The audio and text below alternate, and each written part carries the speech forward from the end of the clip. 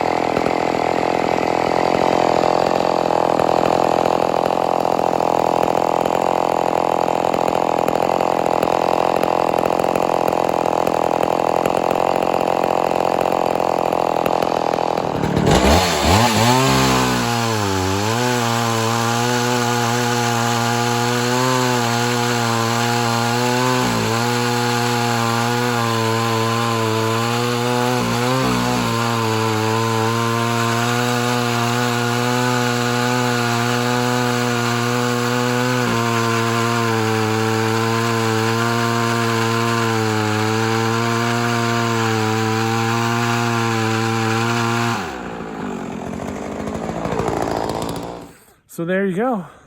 What do you say we take a look at this load on the trailer? I got a little something I want to show you here. So there's our load, another load on the trailer. I don't know how much wood is on there. If it was stacked, it wouldn't be a cord. It's probably around 1/2 to 3/4 of a cord. But she's heavy. She's quite heavy.